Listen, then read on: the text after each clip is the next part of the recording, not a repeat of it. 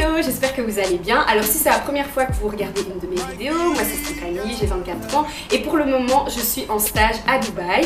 Et dans cette vidéo, je vous donne tous mes petits astuces, je vous explique bref, comment trouver un stage à l'étranger.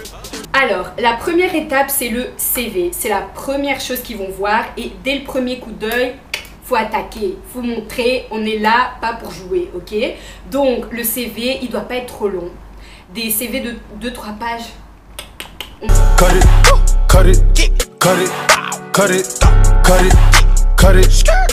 filtre, ok? Il doit être harmonieux, aéré, vraiment que juste quand on regarde, on se dit cette personne-là, elle a l'air intéressante. Bon, comment faire ça? En tout cas, moi, comment j'ai fait? Mon CV, je le commence avec une phrase accrochante. Une phrase qui dit ce que je suis et ce que je veux directement. Et la phrase en question, Young Ambitious Woman Searching for Experience in Communication and in Management. Ok, donc ça veut dire directement ce que je suis et ce que je veux. Donc après, à côté de ça, il y a une photo. Attention, il y a des pays où la photo n'est pas obligatoire. Enfin, pas obligatoire, ils ne veulent même pas voir votre tête en fait. Tout ce qu'ils veulent, c'est savoir ce que vous savez faire et tout leur blabla, égalité des chances, on ne veut pas voir la photo, blablabla. Bref, c'est souvent pour les pays anglophones comme UK, USA, Canada, Australie, etc. Donc, avant d'envoyer votre CV dans un des pays, regardez leurs règles par rapport aux photos. Ça va? Donc, le CV, oui. Je commence avec une phrase accrochante. Après la phrase accrochante, on passe à l'expérience et l'éducation. Bon, l'éducation, vous mettez ce que vous avez fait, pas de problème. L'expérience, les gars, il faut filtrer.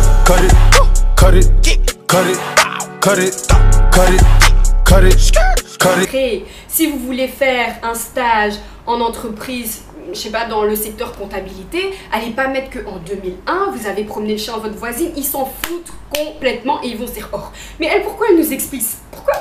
On n'a pas besoin de savoir, vous voyez ce que je veux dire? Donc vraiment expérience filtrée. Et quand vous allez filtrer, justement, ça va vous aider à avoir juste tout votre CV sur une seule page, vraiment très important. Donc le CV, on le veut aéré, on le veut harmonieux, on le veut vraiment simple. Ça peut être créatif, mais pas trop. Commencez pas à mettre des dessins, des ronds, des carrés partout. Non, parce que ça doit vraiment rester simple. Vous savez pas comment faire votre CV. Ce n'est pas grave. Je vais mettre un site en barre d'infos qui s'appelle Canva, C-A-N-V-A. Là-dessus, vous allez trouver plein de templates et j'en suis sûre qu'il y a plein d'autres sites aussi où vous pouvez trouver des templates où vous avez juste à remplacer les mots par vos mots à vous. Trop facile quoi, ça prend quoi? 10 minutes. Donc, il n'y a pas d'excuse, votre CV, vous l'avez dans la poche. Le CV, donc quand le CV il est carré, bien et tout, on passe à la lettre de motivation. Donc, il y a deux options. Soit vous faites une vidéo. Moi, je suis pour les vidéos, mais c'est pas tout le monde qui arrive à parler devant la caméra. Mais soit tu as la vidéo, soit tu as la lettre de motivation. Moi, franchement, quand j'étais en train de faire ma lettre de motivation, je m'endormais. Je trouve ça trop ennuyant. Mais j'ai pas su envoyer ma vidéo à toutes les entreprises. Donc, j'ai quand même fait une lettre de motivation. Comment je l'ai fait? J'ai fait le contraire de ce qu'on fait à la norme en fait. Normalement, donc t'écris, alors moi c'est nanani, je fais ci, je fais ça, je fais ça, je fais ça, nanana, lalala. Et c'est pour ça que, non, moi j'ai commencé par mettre en valeur l'entreprise. Par exemple, j'avais envoyé un mail à une entreprise qui se trouvait à New York, c'était une agence de communication. J'ai fait des recherches sur cette entreprise et j'ai vu qu'ils venaient de gagner un award dans le monde de la com, etc. Donc, qu'est-ce que j'ai fait? J'ai commencé à parler de ça. J'ai dit, oui, voilà, j'ai vu que vous avez gagné un award, etc. Ce qui montre que dans tout ce que vous faites, vous êtes persévérant, vous visez l'excellence. Ce sont des choses que moi, je recherche. Vous voyez, donc j'ai commencé par les mettre eux en valeur.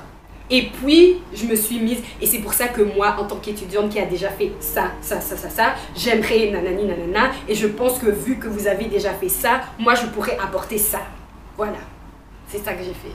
Et j'ai eu un bon feedback, donc voilà, essayez. Vous pouvez essayer de faire ça aussi. Dans votre lettre de motivation, au lieu de dire moi j'ai fait non, commencez par valoriser l'entreprise, montrer que non, moi je vous connais, vous me connaissez pas encore mais moi je vous connais et c'est pour ça que j'ai envie de faire un stage chez vous. Voilà. Après le CV, après la lettre de motivation, là on a nos deux armes pour commencer la bataille. Pourquoi la bataille? Parce que je vous explique. Je pense avoir envoyé au moins 300 mails. Sur les 300 mails, j'ai reçu 10 réponses. Et sur les 10 réponses, j'ai reçu 2 réponses positives. Donc vous imaginez que quand vous vous mettez à la recherche d'un stage, vous pouvez pas vous dire ouais non mais si je reçois pas de réponse j'arrête, parce que sinon c'est mort, tu partiras pas en fait. Donc il faut vraiment avoir un mindset de tant que j'ai pas ce que je veux, j'arrête pas. Et tous les jours je vais envoyer des mails, tous les jours. Moi j'ai commencé trop tard, j'ai commencé à chercher en octobre. Mais vous, si vous savez que vous voulez partir l'année prochaine, commencez déjà à chercher après, pendant vos pauses, quand vous devez étudier, ou après vos examens, quand vous avez vos résultats en mode « et voilà, j'ai réussi », etc. Commencez à chercher, il faut déjà commencer à chercher. Donc, c'est un long chemin, mais on peut y arriver. Donc voilà, sur les 300 mails, j'ai eu 2 réponses positives. Et c'est par rapport au feedback positif que j'ai eu que je vous ai donné les conseils des CV et des lettres de motivation. Donc, comment commencer ces recherches? Première chose, faites une liste des entreprises où vous voulez vraiment travailler. Vous envoyez, vous faites candidature, même s'ils ne cherchent pas à envoyer, candidature spontanée. Moi, j'envoyais, mais j'appelais aussi. J'appelais à New York, j'ai appelé à Singapour, j'ai appelé partout. Je passais des appels, j'étais en mode oui, voilà. Quand vous appelez, ne parlez pas à la secrétaire ou qui que ce soit. Demandez vraiment jusqu'à ce que vous pouvez vraiment avoir la personne concernée. Je cherchais qui est la chargée de communication. C'est à elle que je vais envoyer parce que je vais aller envoyer sur leur truc contact info. Mon mail, on va jamais l'ouvrir. Donc non, il faut vraiment trouver la personne spécifique, le plus spécifique possible. Désolée. Ensuite, quand on cherche sur Google, il y a 10 000 sites. Mais les gars, je vous dis, c'est vraiment une bataille. Le premier jour, par exemple, lundi, vous allez taper stage communication Espagne. Le deuxième jour, changez les mots. Parce que vous savez bien, sur Google, on peut tomber sur 10 000 pages. Il faut utiliser les bons mots. Et soyez le plus spécifique possible. Par exemple, si vous savez que vous voulez travailler avec un directeur artistique, assistant directeur artistique stage Espagne, mettez vraiment les mots qu'il faut, changez la tournure des phrases, faites tout. Je sais pas comment vous expliquer, mais il faut vraiment utiliser tous les mots possibles pour avoir le plus d'offres possibles en fait. Vous voyez ce que je veux dire? Donc commencez par Google. Après Google, il y a des sites comme Indeed. Il y a quoi encore? Pour ceux qui aiment les stages dans tout ce qui est fashion, il y a Fashion Jobs qui est un super bon site. Tu trouves des stages, tu trouves des jobs dans le monde entier. Ensuite, là j'ai pas tous les sites en tête, mais je vais les mettre en barre d'infos. Vous inquiétez pas, je vais tout mettre en barre d'infos. Deuxième chose, trouvez via votre networking. Les gars, les histoires de « oh, moi je veux partir, mais j'en parle à personne parce que les gens ont leur mauvais œil ». Ok, si vous voulez, il y a un mauvais œil, ok. Mais en tout cas, moi je suis de ceux qui croient que si c'est écrit, donc si moi j'ai la foi que ça va arriver, je peux t'expliquer tout mon plan. Si toi tu as des mauvaises choses, ma foi elle est tellement haute, elle est tellement au-dessus, genre mes ondes sont tellement positives que ton négatif là va même pas arriver. Ça ne va même pas toquer à ma porte, vous voyez ce que je veux dire? Donc on sait jamais, vous rencontrez des gens, vous voyagez, parler, échanger, c'est ça qu'on appelle networking. Parler avec les gens, on sait jamais, vous allez parler avec quelqu'un, il va vous dire oh, mais tu sais, j'ai une pote qui habite à Bali, elle a un hôtel, qui sait, tu pourrais pas faire ton stage là-bas. Vous voyez ce que je veux dire? Le networking, on sait jamais. Moi, grâce au networking, j'ai trouvé un stage à Londres. Vous voyez ce que je veux dire? Donc, on sait jamais. Les gens peuvent vous aider. Commencez pas à toujours voir le mal partout. Oui, mais tu sais, Steph. Mais si j'explique aux autres, peut-être que je vais pas partir. Si t'expliques et tu pars pas, ça veut dire que tu devais pas partir. C'est tout. Parce que quand Dieu dit, même l'homme ne peut pas essayer de faire. Hein. Deuxième chose, les profs. Les profs à l'école, allez chez les responsables des stages à l'étranger, etc. Parfois, vous pouvez avoir les listes des entreprises où d'autres étudiants de votre école ont déjà été et ça peut vous aider. Vous voyez ce que je veux dire? Si genre quelqu'un de votre école de l'année passée a fait un stage, on va dire, je sais pas moi, à Londres et il a laissé un bon témoignage là-bas, qui sait, ça va vous ouvrir et vous leur envoyez une lettre. qui sait, vous allez avoir un stage au même endroit. Donc, parlez à vos profs. Dites-leur que vous voulez partir. Dites-leur, est-ce que je peux avoir une liste des entreprises, des étudiants qui sont déjà partis, etc. Cherchez les étudiants dans votre école qui sont déjà partis, qui vous donnent leur expérience, qui vous donnent l'entreprise où ils ont été. Ça peut être aussi une aide. Il faut parler. Dans la vie, il faut parler. Il ne faut pas avoir peur de parler. Donc, après la recherche seule, la recherche via le networking ou la recherche via l'école. Quatrième chose, c'est la recherche via les agences qui vous aident à trouver un stage. Moi, après avoir cherché seule, j'ai un peu déprimé parce que je ne recevais pas de réponse. C'est seulement après être rentrée en contact avec une agence française que j'ai eu ma première réponse de New York. Mais donc, je vous explique. Il y a des agences partout dans le monde, donc en France, en Belgique, en Hollande, qui vous aident à trouver un stage à l'étranger. Vous faites votre lettre de motivation, vous leur donnez et ils vont dire, ils vont pas la refaire, non, mais ils vont juste vous dire, ça tu devrais réécrire, ça tu devrais refaire, etc., etc. Pareil pour le CV, ils vont vous guider. Si par exemple vous allez dans un pays anglophone mais vous ne savez pas très bien parler anglais, ils vont vous dire ah voilà des exercices pour vous aider à... Bref, ils vont vraiment vous aider du début jusqu'à la fin. Vous allez parler avec eux, vous allez avoir des conversations avec eux pour savoir exactement quel est le stage dont vous avez besoin, quel est le stage où vous pouvez apporter quelque chose et quel est le stage où vous allez aussi retirer quelque chose de grand. Et puis, quand vous avez mis tout au point avec eux, eux vont chercher dans leurs contacts des gens avec qui ils vont vous mettre en contact. En fait, l'agence va vous mettre en contact avec l'entreprise. Après, vous avez vos entretiens avec l'entreprise. Voilà, donc moi j'avais commencé avec une agence française. Ça s'est très mal passé.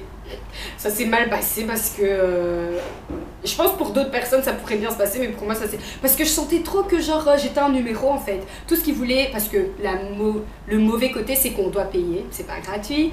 Je sentais trop que j'étais un numéro, on dirait qu'ils voulaient juste me passer vite un stage vite fait que je leur paye. Et c'était super cher, genre ils voulaient que je paye 3000 €, j'étais là, les gars. Donc moi j'ai même pas encore mis les pieds dans le pays de mon stage, je vais payer 3000 €, non, pas du tout. Ensuite, j'ai continué ma recherche seule, j'ai trouvé mon stage à New York, mais bref, si vous avez vu ma première vidéo, je le sentais pas du tout. Et puis, je suis rentrée en contact avec une agence en Hollande qui était, mais juste top, et c'est grâce à eux que j'ai trouvé le stage ici à Dubaï. Donc comme je vous ai dit, ils m'ont aidé du début à la fin, et je ne vais pas mentir, j'ai payé 500 €. Voilà, j'ai payé 500 € pour tout. Ils font tous les papiers pour vous. Ils vous donnent, je sais pas moi, on va dire 5 entreprises. Vous avez le choix, vous avez les entretiens avec eux. Bon, peut-être pour certains, ce sera elle a payé 500 €. Mais pour moi, voilà, pour moi c'était un investissement. Pour moi, c'est pas 500 € perdus. Parce que c'est 500 € d'investissement pour mon avenir, c'est un investissement pour, voilà, pour moi quoi. Il y a des personnes qui vont donner 500 € pour une paire de baskets ou pour un sac Louis Vuitton. Ben, moi j'ai préféré donner 500 € à une agence qui m'a complètement guidée.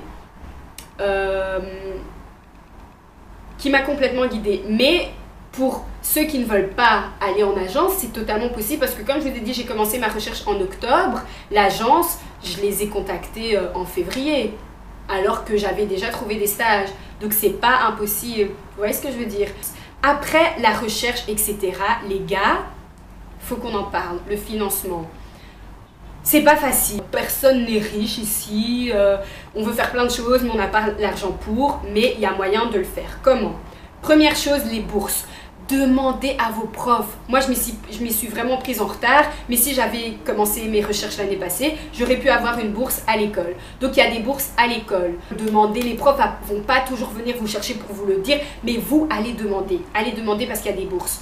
Ensuite, pour un autre type de financement, il y a le Bureau international de la jeunesse en Belgique. En France, je ne sais pas comment ça se passe dans les autres pays, mais en Belgique, il y a le BIGE. C'est un bureau que, voilà, ils ont plusieurs projets, ou si vous leur soumettez votre projet, par exemple, votre projet c'est de partir en stage parce que vous voulez faire il y a un moyen qui finance votre projet. Vous voyez ce que je veux dire? Donc, je vais mettre le lien en barre d'infos. Il y a plusieurs sortes de bourses. Je vais mettre les liens en fait. Ouais, je vais mettre tout en barre d'infos. Comme ça, vous pouvez directement cliquer et vous avez l'explication. S'il n'y a pas moyen d'avoir de bourse, c'est pas grave. Vous avez des mains, vous avez des pieds, vous avez une tête. Allez travailler. Faites un job. S'il faut jobber pendant 6 mois pour mettre de côté, faites-le. Parce que c'est un investissement pour votre avenir. Partir à l'étranger, ça fait que 1 mois et 1 semaine que je suis ici. Mais les gars, genre cette expérience, elle va me changer à vie. Je vais rentrer en Belgique. Nouvelle Stéphanie. Vous voyez ce que je veux dire?